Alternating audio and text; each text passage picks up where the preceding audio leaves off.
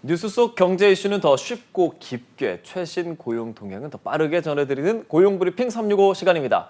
김지수 기자와 함께합니다. 어서 오십시오. 네, 안녕하세요. 예, 김 기자님 어떤 이슈 가지고 오셨습니까? 네, 사실 고물가 국면이 계속 길게 이어지면서 점점 씀씀이를 줄일 수밖에 없는 요즘입니다. 그렇습니다. 이러다 보니까 이제 식당 주인들 굉장히 힘들어지고 있는데요. 물가가 올라서 재료값 오르고 금리가 오르니 또 대출이자 많이 나가는데 사람들은 이제 외식을 줄이고 있는 거죠. 그러니까 들어오는 돈은 줄어드는 그런 악순환 이어지고 있습니다. 이제 그렇다 보니 제때 대출을 갚지 못하는 자영업자도 많아서 정부에서 이제 특단의 대책을 내놨습니다. 이슈픽에서 한번 짚어보겠습니다. 예. 그렇지 않아도 올 초부터 가스비도 올랐죠, 전기요금도 올랐죠. 말씀하신 것처럼 손님분들도 많이 안 오기 때문에 자영업자분들은 정말 힘든 상황인데 그런 상황에 대해서 좀 짚어주신다는 거죠? 네, 맞습니다.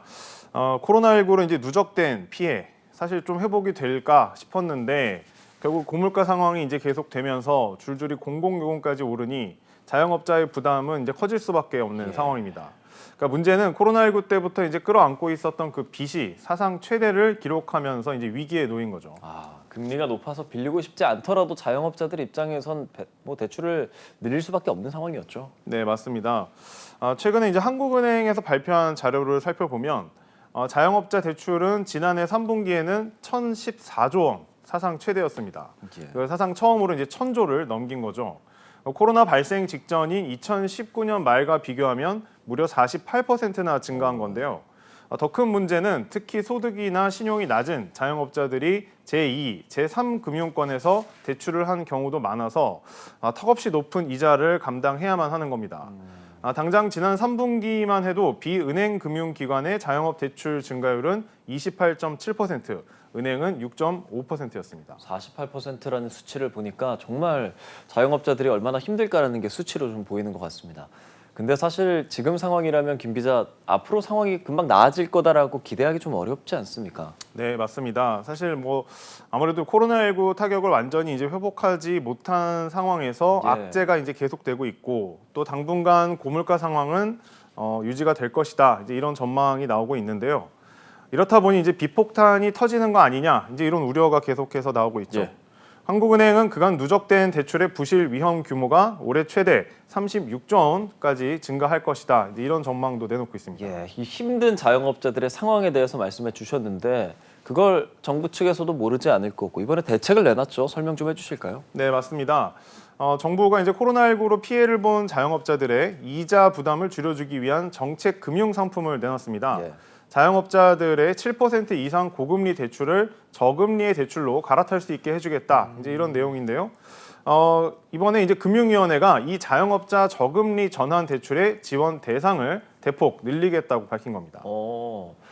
대상이 구체적으로 어떤 식으로 달라진 건가요? 네, 원래대로라면은 지난해까지는 손실보상금 같은 재난지원금을 받았거나 만기 연장, 상환 유예 같은 코로나19와 관련된 정부의 지원을 받은 자영업자나 소상공인만 신청할 수 있었는데요.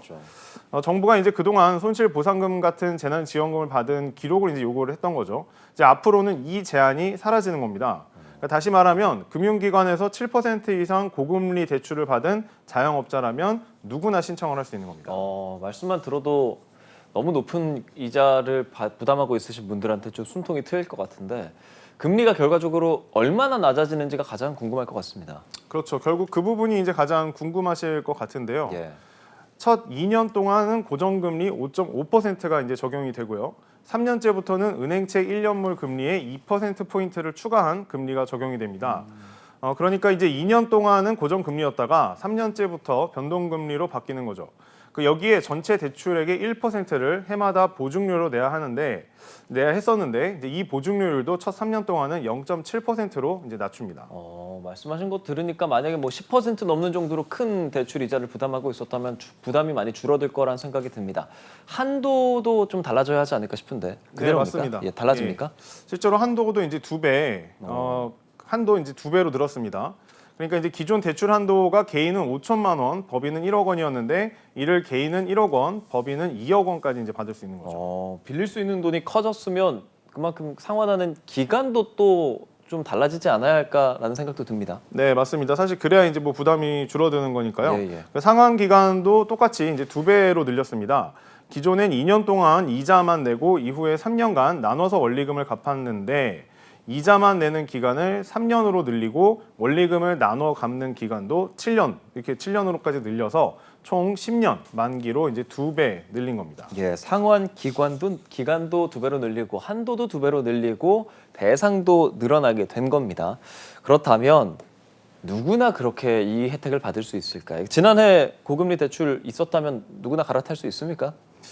네, 사실 그 자영업자분들 입장에서는 이 부분은 조금 이제 아쉬울 수도 있을 것 같아요. 모두가 되는 게 아니군요. 예, 어느 정도는 좀 제약이 있습니다. 그 지난해 이제 8월에 코로나19 피해 자영업자 대상 이제 기존 저금리 전환 대출 정책을 발표하면서 5월 말 이전에 받은 대출만 신청을 할 수 있다 이렇게 밝혔었는데요.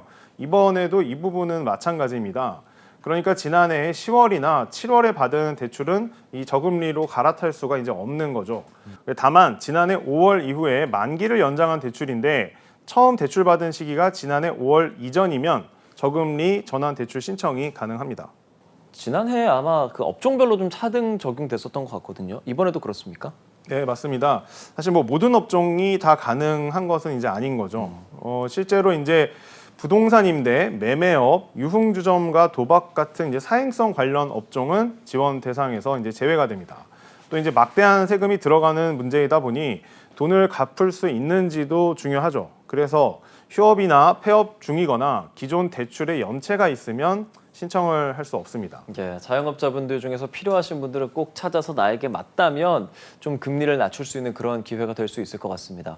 우선적으로 신청 자격이 되는 분들 신청 절차 어디서 밟으면 됩니까, 김 기자? 네, 그 코로나19 피해 자영업자라면 지금도 이제 시중은행에서 이제 신청을 할 수 있고요.